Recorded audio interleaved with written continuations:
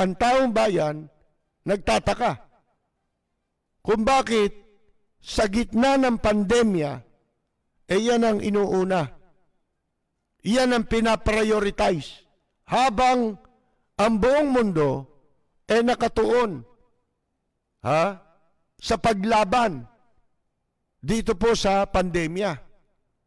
Yan ang sinasabi ng tao.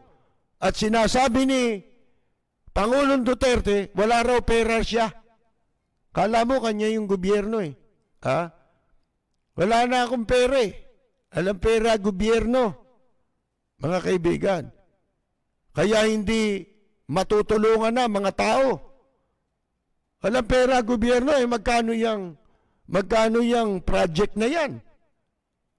Na ginagastosan ng gobyerno para sa kapakanan ng mga dayuhan. Dayuhang incheck. Sipin ninyo yan. Para yung mga dayuhang incheck magtayo ng negosyo. Negosyo, niluluto tayo sa sarili nating mantika. Ito, sabi ito hindi maipaliwanag ngayon. Hindi ba nag-flip-flopping tong si Ahan Chen ng DENR? Yung nakikita ninyo, yan ang masama eh. Naglagay sila sa pamahalaan ng mga gobyerno, peke ang credential. Paano naging undersecretary yan? Ano na tinapos niyan? Yan yung tinawag na syunga ni Guanzon, di ba? Yung mayabang na commissioner din ng COMELEC na babae. Tinawag yan syunga. O ano sabi niyan? Hindi nakatapos ako, ganito lang eh. Sa PUP ba? Ang sabi ko, bakit hindi nyo tanong kung kailan siya nagtapos? Di ba? Wala naman tinapos yan eh. Ang tinapos lang niya, kumain eh. Mga kaibigan eh, alin? May credential pinapakita? Sa recto lang pinagawa yun eh. Mga kaibigan eh. Yan ang hirap. Pangalawa, hindi kasi, alam nyo talagang notorious na tong gobyerno Talagang pinipili nito mga walang hiya. Mas gusto nila may kaso na ganyan, pag nanakaw. Kaya yun ang nilalagay nila. Basta masiba ka sa pera, nalaman nila, masiba ka sa pera, nag-apply ka ng trabaho sa kanila, tatanggapin ka. Pero, nakakita ba kayo may kinuha ditong matinong tao? Wala. Nakita ninyo, lumabas ang tunay na mga pagkatao. Katulad niya si Roque. Nung araw, nagpapanggap na tagapagtanggol ng mga inabuso, nilabagang karapatang pantao. Ngayon, mga kaibigan, makapalang muka at nagagawa nila yun At the same time, kapalan ang pagmumukha nila. Di ba, suportado nila ito? Kaya, yan walang mangyayari dyan. Hanggang hindi kikilos ang Senado. Etong panawagan ni Nancy Binay, baliwala yan. Wala na. Makapalang mukha niya mga yan. Kahit illegal yan. Wala na silang kinakatakutan dahil meron silang nakahandang plano. Hindi nila balak tapusin ang kanilang pamamalagi sa gobyerno hanggang sa 2022. Iyan ang mga indikasyon. Pagtatalunan pa natin. Dito, hindi na ito, kumbaga, tayo, puro lang tayo, pinupuna natin ang mali. Nagsasalita lang tayo. Pag lumipas na, marami pa nga sa atin ang nakakalimutan na yan. Di ba? Masyadong napakaigsi ng pantanda ng mga Pilipino. Ngayong mga panahong ito, maigsi ang pantanda. Ang labanan dito, hindi na pwede yung ganito na lang. Yung wala nang naninindigan, wala yan. Mga kaibigan. Kahit anong, dapat nga kahit ako naniniwala ako, yung shame campaign, para ipahiya mo yung mga yan, hindi na sila mahiya ron Hindi na tatalab sa kanila yun. Parang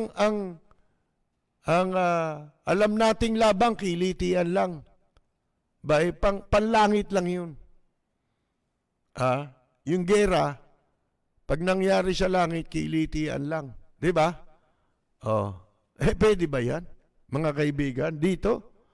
Hindi na pwede rito yan. Walang hiya na ito mga ito. At sinasadya na nila ang paglabag sa mga batas. Katulad niyan, maraming batas na nalabag itong ginagawa nilang yan. Para sa kanila, di ba? Yun lang Bakit? Suportado na sila lahat Pagkatapos, sa Senado, isa lang magsasalita, si Binay lang. Mga kaibigan, dapat tumitindig wala nang tagapagtanggol ang taong bayan. At ito mga ito, hindi mo alam kung kailan titigil ito ng pagpuna. Lalo na yan, pera yan Ang laking pera niyan. Kapag ka ang Senado hindi nakagawa ng investigasyon dito, mga kaibigan, alam nyo na, baka nga mag-imbestiga man yan, gagamitin lang yan para makaparty sila. Ayaw nila sunugin yung mga katarantaduhan na pinagkakakitaan para makasali sila. Mga kaibigan, di ba? Malaking pera yan Baka akala nyo kung ilang bilyon yan. Baka hindi lang 40 bilyong piso yan. Yung sinasabi nilang 400 million yan, yan lang yan. Isipin mo, 500 meters. Mga kaibigan, ito balita, hindi ngayon, wala ngayong malinaw na masabi kung ito yung mga taga Cebu. Hindi ba silang nagsabing magpapaimbestiga sila dahil hindi nila alam kung saan sa Cebu kinuha yan. May mga lumalabas na larawan ng bundok sa isang lugar sa Cebu na doon daw galing yan. Puro daw yun. Hindi pa sinasabi. Mukhang ang mga taga Cebu, wala silang alam talaga kung saan kinuha yan. Baka kamukat-mukat mo sa China rin galing yan. Mga kaibigan, o sa ibang lugar nang galing yan. Bakit hindi nyo alamin? Ano yung baka yung ginamit na pantambak doon sa mga teritoryo natin na inagaw ng incheck? Baka tsaka yan pareho lang Hindi ba? Wala nakakaalam Hindi maliwanag. Walang deretsahang paliwanag kung paano, saan nila talaga kinuha yan. Nung una, ang claim nitong si Undersecretary Ahan Chen, mga Ahan Chen ang pangalan na tunay na pangalan niya Ito yung tunay na pangalan, sinasabi ko sa inyo, Undersecretary. Na siyang umeepal dyan. Paano? Siya magkakapera dyan ng malaki. Magpapasikat, sila ni si Mato.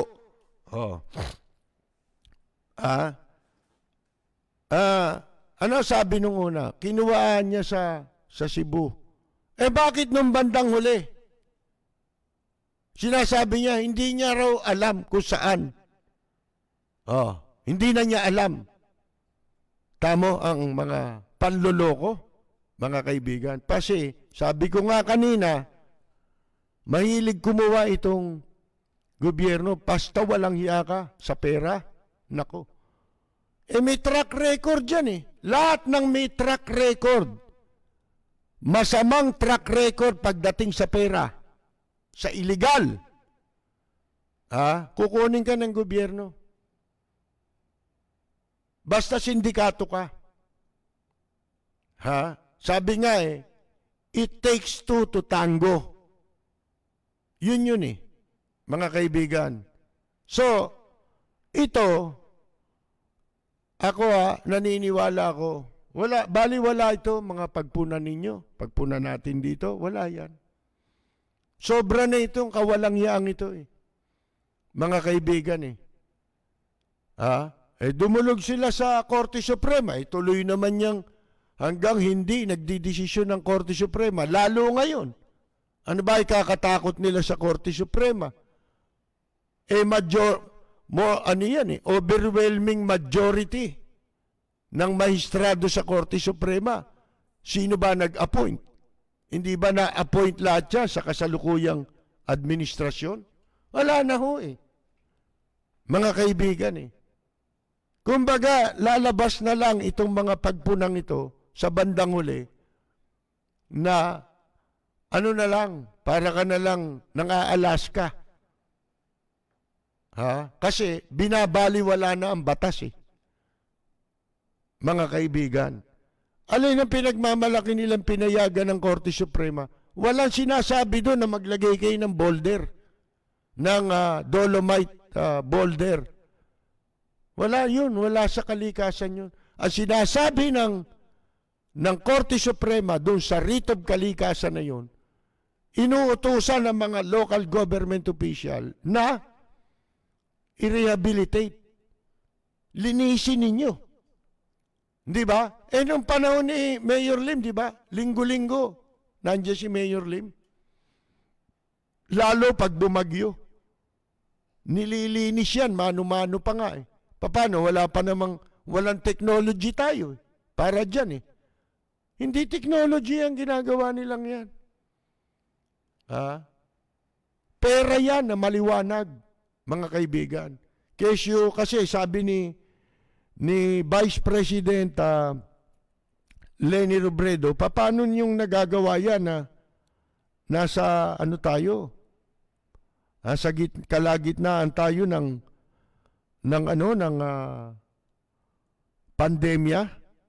Kalain ninyo nagagawa ninyo yan na gawing priority. I-prioritize yan. Di ba, ang daming nagko-comment sa social media, wala raw sense of priority ang gobyerno. Alam nyo, ang tawag ho dito, sense of walang sense of propriety.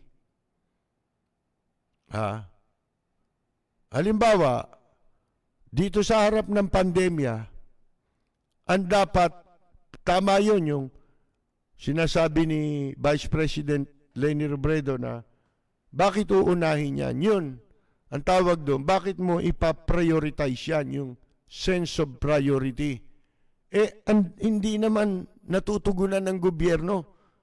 Yung talagang dapat nitong pag-ukulan ng solusyon laban sa pandemya. Wala namang ginagawa ang gobyerno dyan. Tapos uunahin mo yan. Yung kung tawagin yun ay walang sense of priority. Pero overall, ang tawag dito sa administrasyong ito, kaya ako bago sumulpot tong gobyernong ito, meron akong binuksang ginawang group sa FB na hindi ko nga lang masyadong naaasikaso kasi nga mag-isa lang tayo ang pangalan ng grupong yung Movement for the Rule of Law and Propriety. Ang tawag ko kasi dyan sa mga taong ito yung mga walang sense of propriety. Yung walang hindi alam kung ano yung wasto. na dapat yung dapat, yung wasto, at dapat na unahin o bigyan ng atensyon, mga kaibigan. Wala mga sense of propriety. Tama ba yan? Yun ang question. Tama ba yan? Yung ginagawa nilang yan, mga kaibigan. Alam nyo, hindi tama eh. Hindi ba? Sana kung maisasaing ng tao yan. Ang daming nagugutom ngayon.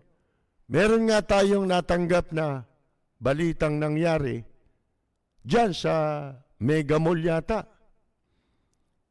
Sa parking lot, natagpuan ang isang doktora, bata pa. Bigay niya yata ito. Natagpuan sa kanyang sasakyan, patay. Bakit? Ang indikasyon, ninakawan hinold up o ninakawan, pinatay pa sa loob ng sasakyan. At pagkatapos, yung nag-forward nito, o yung gumawa ng post na yun na na-share sa atin, nakaka-alarma na sapagkat dahil nga sa hindi natulungan ng gobyerno, ang mamamayan, ang kabuhayan ng taong bayan, bumagsak lahat nang walang tulong na nakuha sa gobyerno. Sintido kumundin ang isipin natin. Hindi kaya dadami ang ganitong klase ng kaso.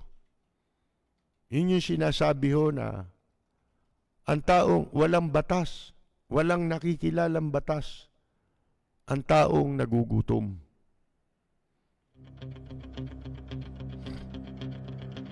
Walang preno kung bumatikos. Malalim at makatwirang komentaryo. Mag-ingat ang mga politikong gumagawa ng kalokohan at baka kayo ay tamaan ng Rapid Fire! Eto nga idudulog daw ng grupo kasi baliwala na nga namang makipagtaltalan. Kung wala namang gagawin ng publiko, sa palagay nyo yan, si social media, tatablan pa sila dyan? Hindi na. Hindi na ho, mga kaibigan. Tutuloy nila yan. Kasi yan, ginagawa nila ngayon yan. Katakot-takot na banat, tatanggapin nila yun. Ano ba mas mahalaga sa kanila, yung banat o yung pera? Mahalaga sa kanila yung pera eh. Hindi naman yan eh. Mga kaibigan eh.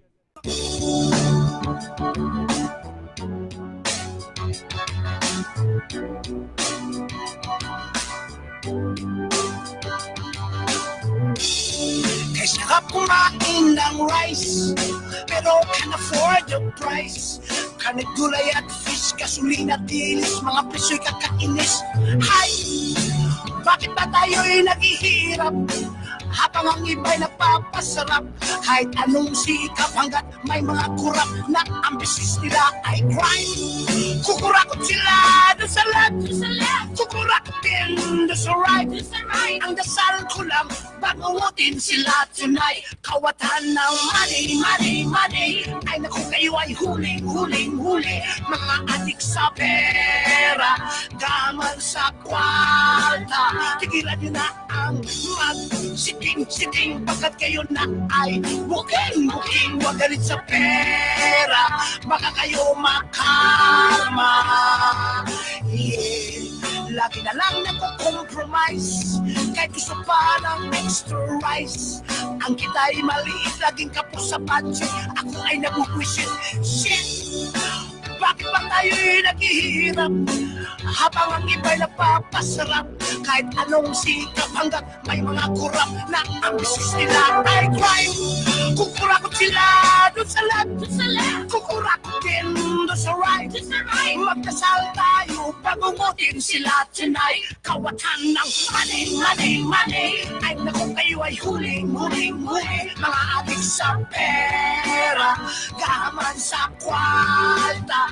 Tigilan nyo na ang mag-siting, pagkat kayo na ay booking, wag galit sa pera. Baka kayo makarma. Yeah.